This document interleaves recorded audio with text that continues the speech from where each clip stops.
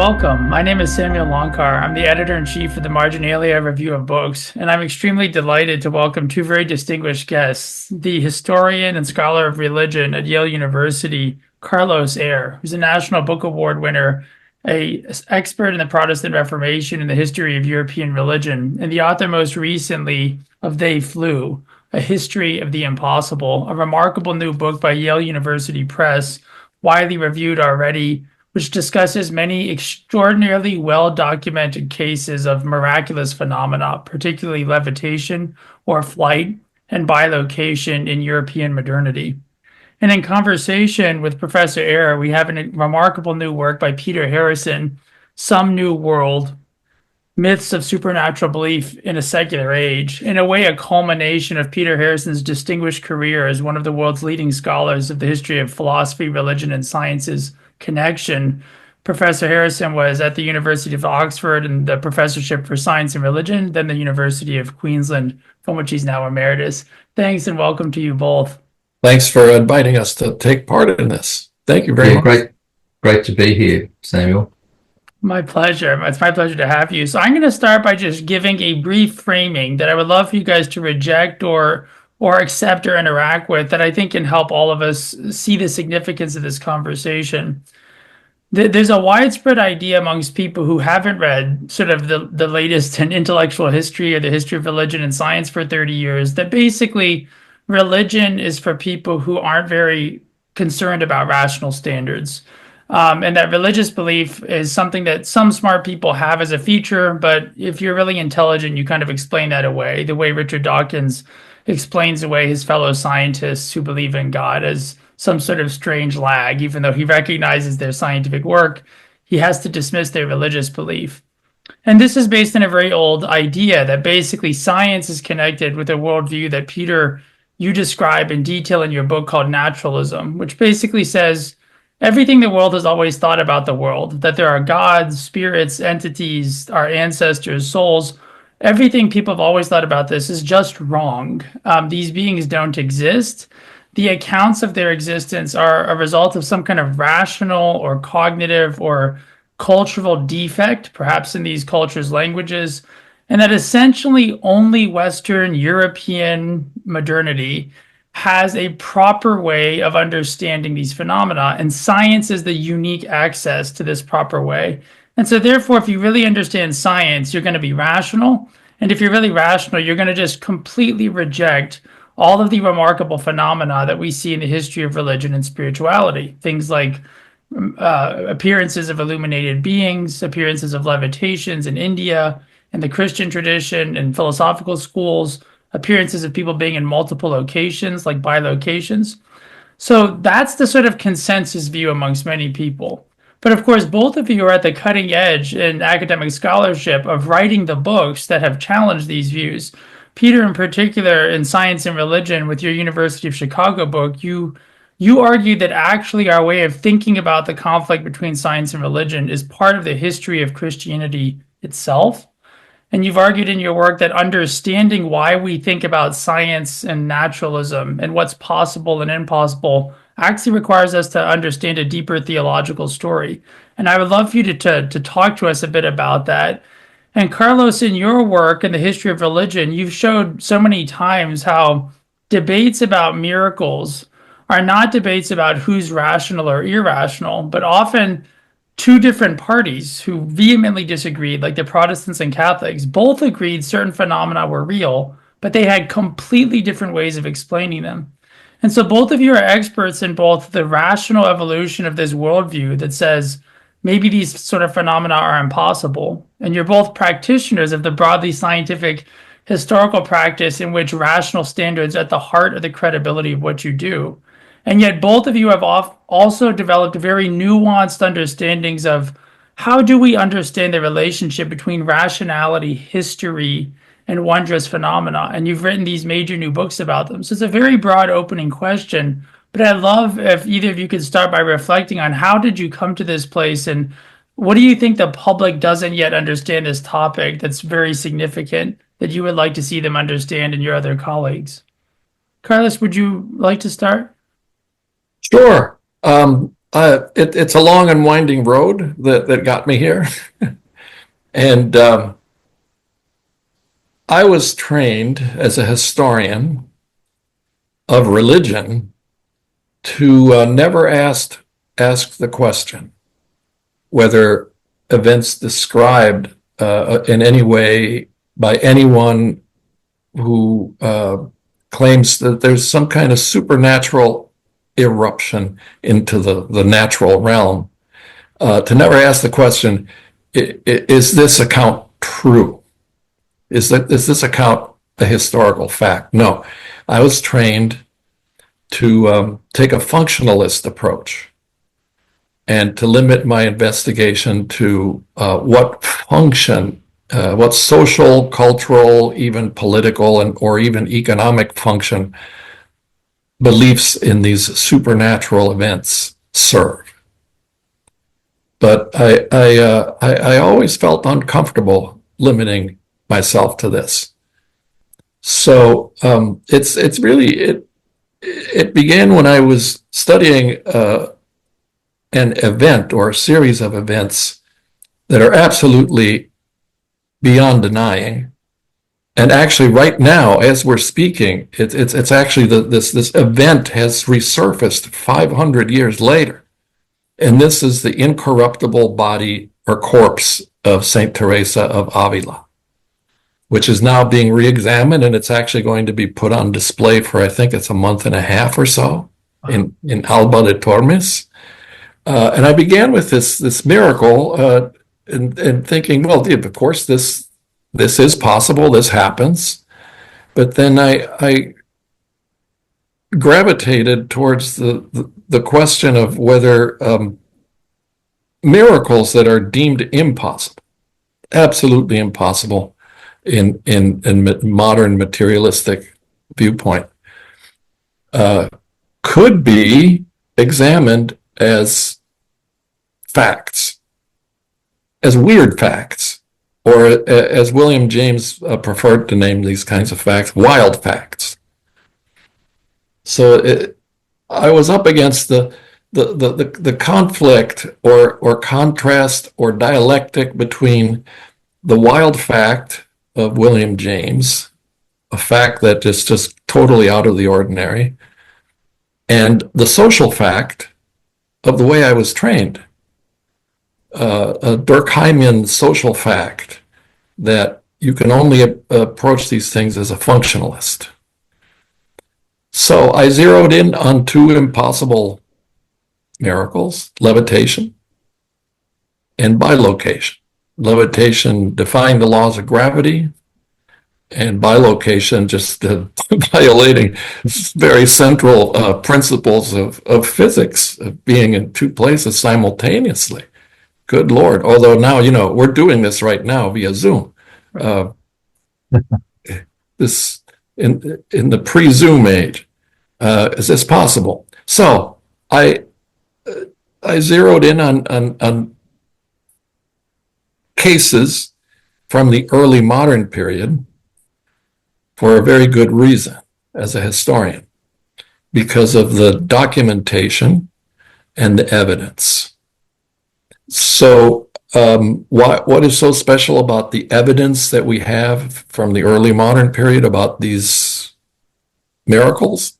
On the Catholic side, we have canonization inquests, which were revamped in the 16th and 17th century to include skepticism, to include also questionnaires placed to people who might have been eyewitnesses to these events, where they had to swear that they were telling the truth.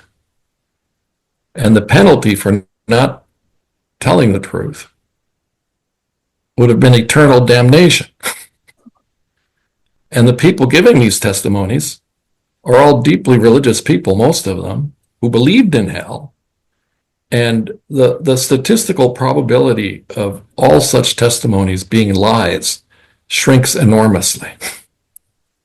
So I thought I had something to build on, an argument that while there's no way of absolutely proving that these events from so long ago took place, one can argue that the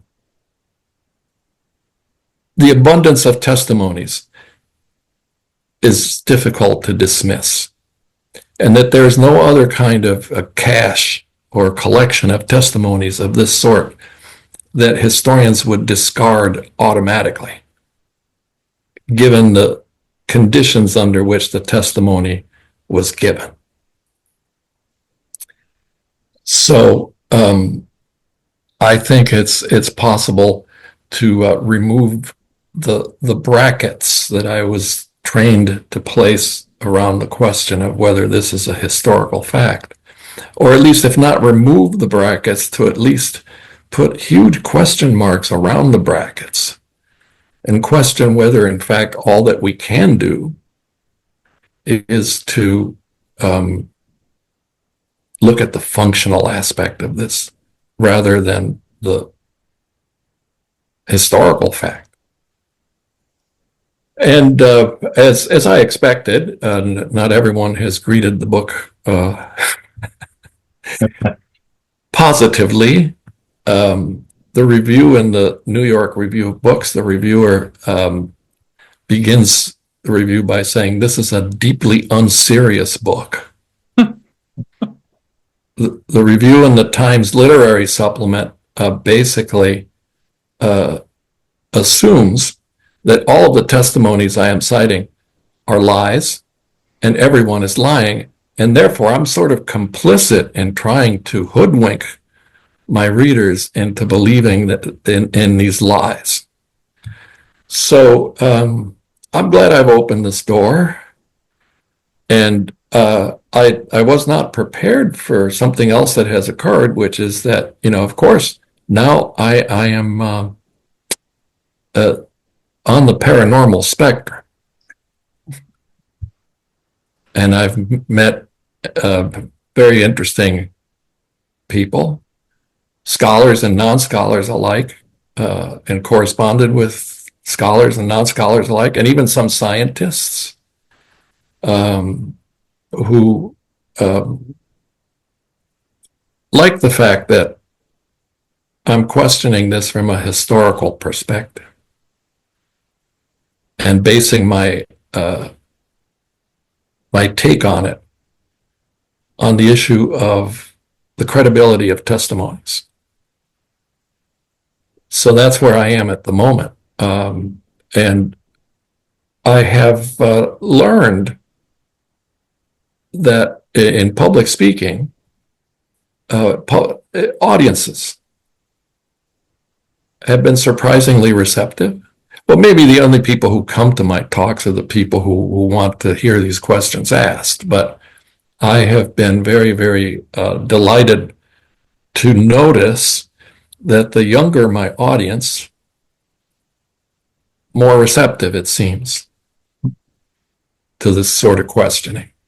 I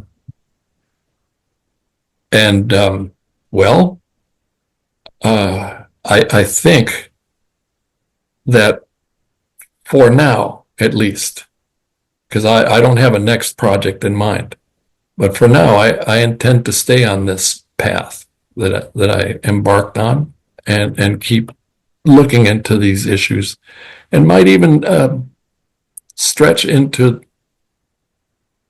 one 20th century case, which has, of course, very different evidence for it. A French nun who lived between 1901 and 1951, for whom there are 800 testimonies of bilocations that took place, most of which occurred during the Nazi occupation of France.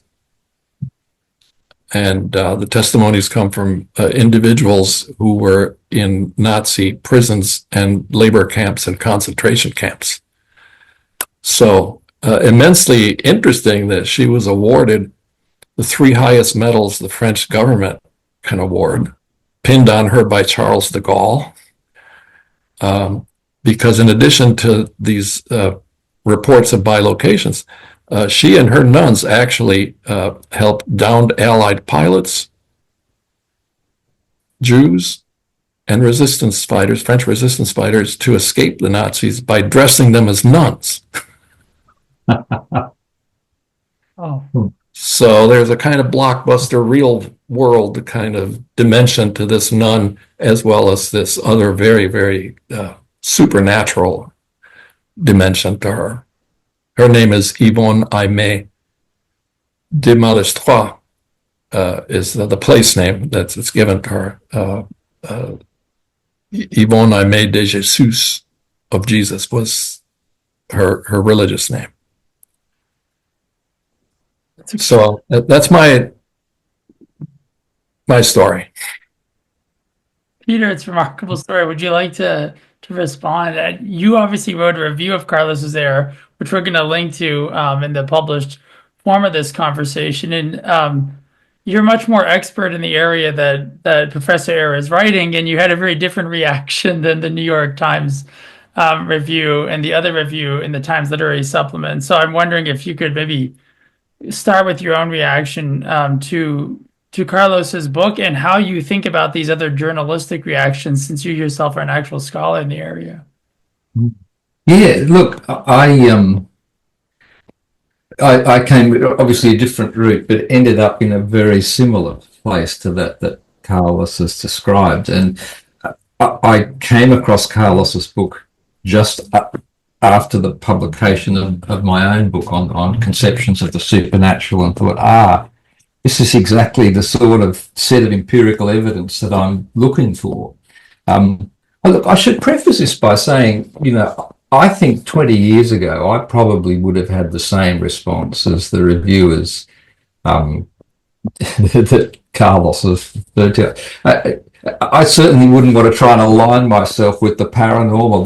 These are the kind of nutters who are the last sorts of people I'd want to be identified with. And yet, and I think this is Carlos's point as well, there's something compelling about the empirical evidence that just won't go away. And I've come to the position that we need to do something with this. And it's not enough, again, as Carlos has expressed it, to put on the kind of functionalist brackets and to just keep away from the tricky questions of, what really happened. But let me then give you an account. So I should say, I just found it delightful and refreshing to see a historian who was willing to ask the hard questions, in the awareness that potentially, as I say, you don't want to get the reputation for being along there with the UFO gang. So it was a kind of courageous move. So I was pleased to see one prepared to make it, and hopefully open up this conversation more broadly to historians and to historians of religion who've tended to bracket it.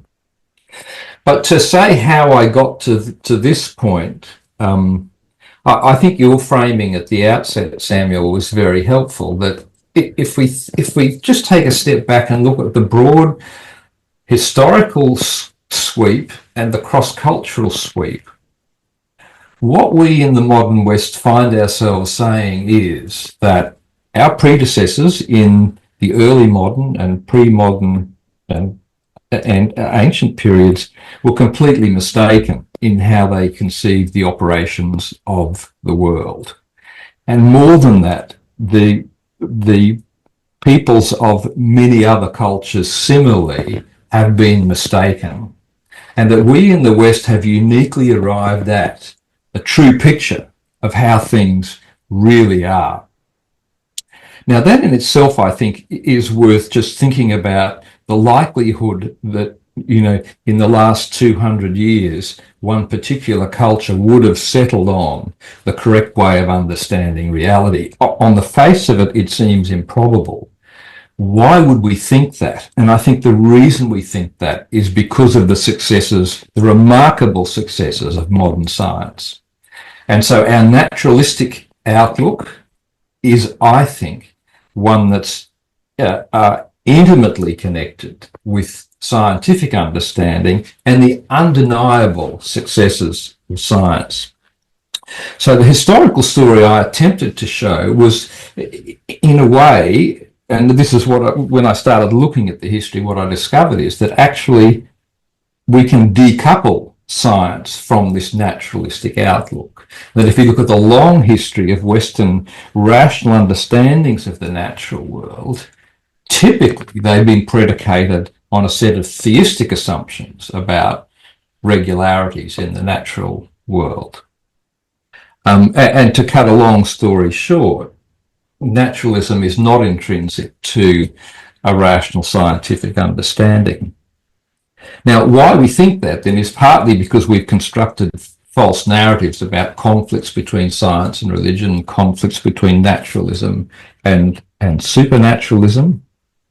But if we go back to a figure like Hume, Hume is aware of this difficulty. Hume is acutely aware, and that's why he says, look, when we look at these accounts of these miraculous reports of other places, it's like we're looking at some new world, right?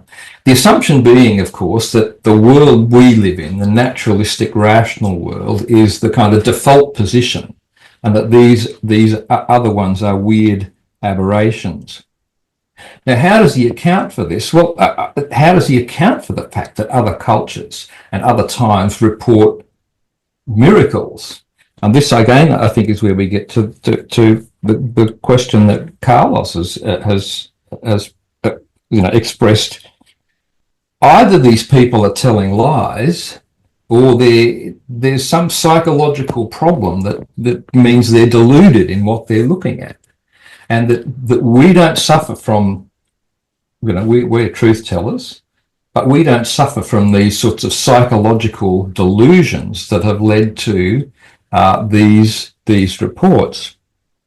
Now, associated, I think, in Hume with, this propensity to make up stuff or to be deluded is a kind of conception of social progress or social evolution, or, at its worst, I think, a form of racism that says people prone to giving these sorts of accounts are either liars or they're in a more primitive stage of social evolution that we have come beyond.